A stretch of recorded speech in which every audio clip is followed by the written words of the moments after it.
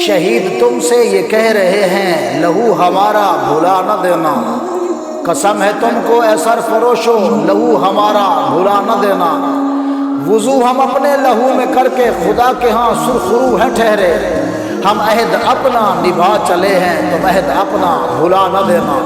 بسم اللہ الرحمن الرحیم۔ ناظرین کرام، آپ دیکھ رہے ہیں میرا یوٹیوب چینل علامہ محمد ساجد نواز۔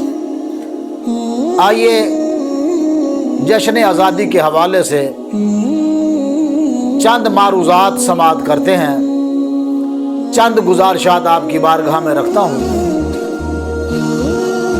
اللہ تبارک و تعالیٰ نے ہم پر بہت بڑا احسان کیا، اللہ نے ہمیں یہ ملک عطا فرمایا جس کا نام پاکستان ہے۔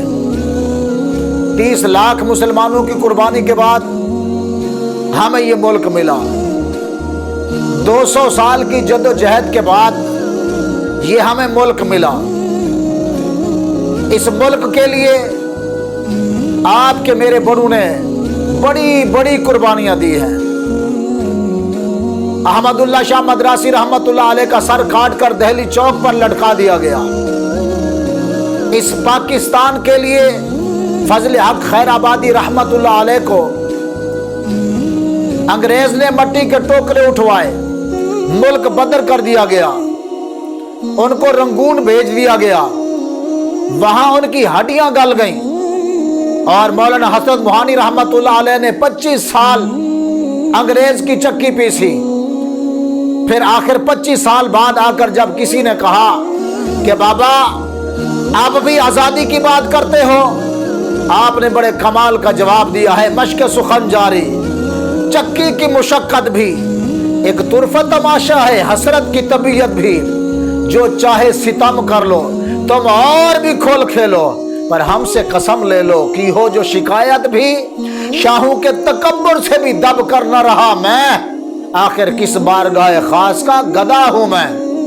ان کی قربانیاں آج ہم بھلا بیٹھے ہیں، ہم نے ان کی ان عظیم قربانیوں کو پس پشت ڈال دیا ہے۔ کیا آج ہم جس ملک پاکستان میں رہتے ہیں، کیا یہ وہی ملک ہے جس ملک کے لیے ہمارے بڑوں نے اپنا سب کچھ قربان کر دیا؟ تاریخ کے اندر ایک واقعہ لکھا ہے، 4 بچوں کا ایک باپ زخمی حالت میں پاکستان آیا۔ جب پاکستان کی سرزمین پر آیا تو پوچھا بیٹا یہ کون سی جگہ ہے؟ انہوں نے کہا پاکستان ہے۔ سر سجدے میں رکھا اور پھر کہنے لگا یا اللہ تیرا شکر ہے۔ کسی نے پوچھا بابا آپ کے بچے، آپ کی فیملی، آپ کا خاندان کہاں ہے؟ کہا سب کچھ قربان کر آیا ہوں، 4 بیٹے قربان کر کے آیا ہوں۔ کسی نے پوچھا بابا تمہیں کیا ملا پاکستان بنا کے؟ 4 بچوں کی قربانی دے دی، پورا خاندان قربان کر دیا۔ تو چھوٹے چھوٹے بچے موجود تھے، ان کی طرف اشارہ کر کے کہنے لگے ان کے لیے پاکستان بنایا ہے ہم نے، ان کے لیے ہم نے قربانیاں دی ہے۔ یہ جو آج ہمارے اوپر کالے انگریز مسلط ہیں، ان کے لیے انہوں نے قربانیاں نہیں دی۔ اے میرے ملک کی قوم، اپنی حقیقت کو پہچانو، تم اپنے بزرگوں کے حقیقی مقصد کو سمجھو، انہوں نے یہ قربانی کیوں دی تھی۔ آج ہم اپنے مقصد سے ہٹ گئے ہیں۔ اللہ تبارک و تعالیٰ نے بنی اسرائیل کو ان کی آزادی یاد دلائی کہ آزادی سے پہلے تمہاری حالت کیا تھی، تمہارے ساتھ قوم فرعون نے کیا کیا تھا۔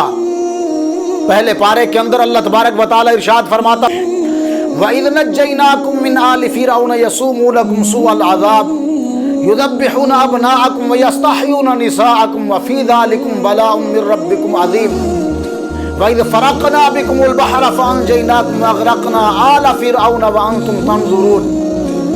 اللہ تبارک و تعالیٰ ارشاد فرماتا ہے اور یاد کرو جب ہم نے تمہیں فرعونیوں سے نجات دی جو تمہیں بہت برا عذاب دیتے تھے، تمہارے بیٹوں کو ذبح کرتے تھے، تمہاری بیٹیوں کو زندہ چھوڑ دیتے تھے، اور اس میں تمہارے رب کی طرف سے بڑی آزمائش تھی۔ اور جب ہم نے تمہارے لیے دریا کو پھاڑ دیا تو ہم نے تمہیں بچا لیا اور فرعونیوں کو تمہاری آنکھوں کے سامنے غرق کر دیا۔ آج بنی اسرائیل کی قوم کو یاد دلایا جا رہا ہے، تو کیا ہم اپنا ماضی بھول چکے ہیں؟ ہم آخر اس قوم کو اس حالت میں جب وہ قوم تھی